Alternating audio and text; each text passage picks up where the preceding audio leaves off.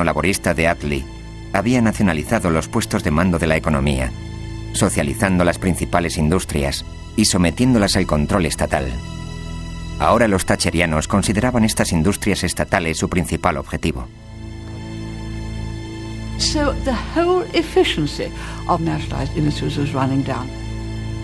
Why should they be efficient? They had access to the treasury purse.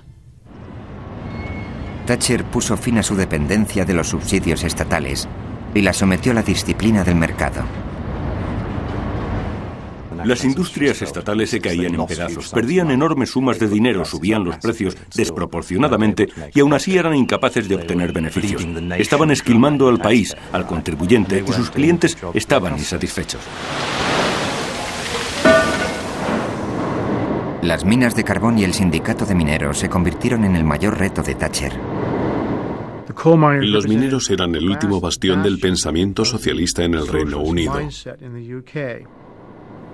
La confrontación del gobierno de Thatcher con los mineros fue uno de los acontecimientos político-económicos más significativos de la economía mundial.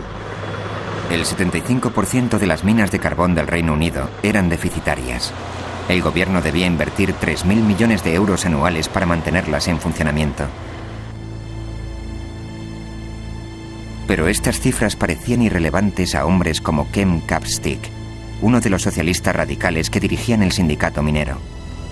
Nos decían que en los Estados Unidos, por ejemplo, el carbón recién extraído era más barato que el de aquí. Los dirigentes sindicales daban los subsidios estatales por bien empleados y servían para que 180.000 mineros pudieran trabajar y alimentar a sus familias. Los mineros decían, y recuerdo oírselo decir, mientras tenga estas manos, siempre tendré trabajo. Fue una batalla histórica. Ambos bandos sabían que los mineros habían derrocado al gobierno conservador de Ted Heath 10 años antes. El fogoso marxista que lideraba el Sindicato Nacional de Mineros decía: no debería cerrarse ninguna mina hasta que se agote el carbón.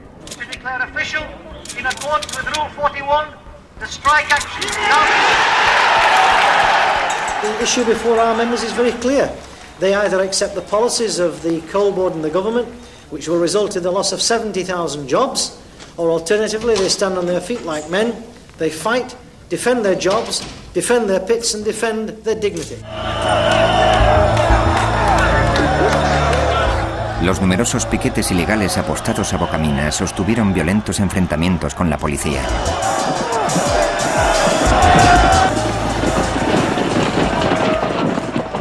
Los mineros y sus familias tenían una escala de valores seguramente incomprensible para Thatcher. Los valores socialistas y cristianos que, en muchos sentidos, van de la mano. Los mineros resistieron durante más de un año, hasta que las escisiones internas y el deseo de muchos de regresar al Tajo acabaron con la protesta. And then, suddenly, it collapsed, the strike. And the most powerful union, with the most militant leader, had failed. Quizá el mayor damnificado político fuese el Partido Laborista, que siempre se había opuesto a la política mercantilista de Thatcher. Llegué a la política procedente de una región donde vive una arraigada comunidad minera. El problema de la izquierda en tiempos pasados era que identificaba interés público con propiedad pública y regulación pública. Asumía, por consiguiente, que los mercados no eran de interés público. Hemos tenido que explicarnos a nosotros mismos y al país, y creo que ahora ya es posible explicárselo también al resto del mundo, que los mercados son de interés público.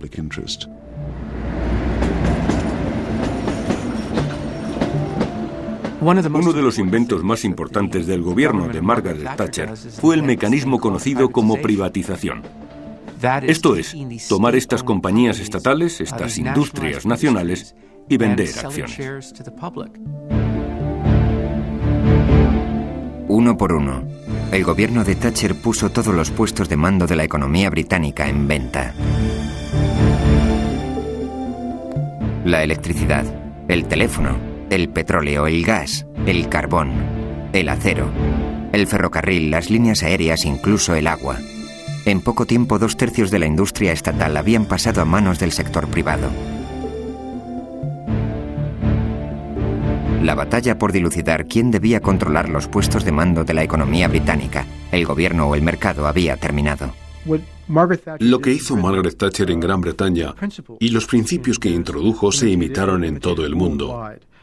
En Asia, América Latina, incluso en África y en cierta medida en Oriente Medio. La contemporaneidad de los gobiernos de Reagan y Thatcher fue enormemente importante para que la opinión pública mundial aceptase un nuevo enfoque de la política económica y monetaria. Si se contempla la totalidad del siglo XX en perspectiva, se observa un gran ciclo. A principios de siglo, lo ortodoxo era menos Estado. En los años centrales de la centuria, obviamente, la ortodoxia era más Estado. Y ahora, en las últimas décadas del siglo XX y en la entrada del nuevo milenio, hemos regresado prácticamente a donde estábamos a principios de siglo. Y hay que reconocer la labor de gente como Hayek y Friedman, y últimamente Reagan y Thatcher, en esta evolución. I remember the foreign minister and finance minister from another country saying to me, "You're the first prime minister who's ever tried to roll back the frontiers of socialism. We want to know what's going to happen, because if you succeed, others will follow." En el plazo de una década, los gobiernos de todo el mundo se retirarían de los puestos de mando de sus respectivas economías. En la batalla ideológica, el péndulo había oscilado del Estado al mercado, de Keynes a Hayek. Solo el tiempo dirá lo que los pueblos exigirán de sus gobiernos en caso de una nueva recesión, depresión o guerra.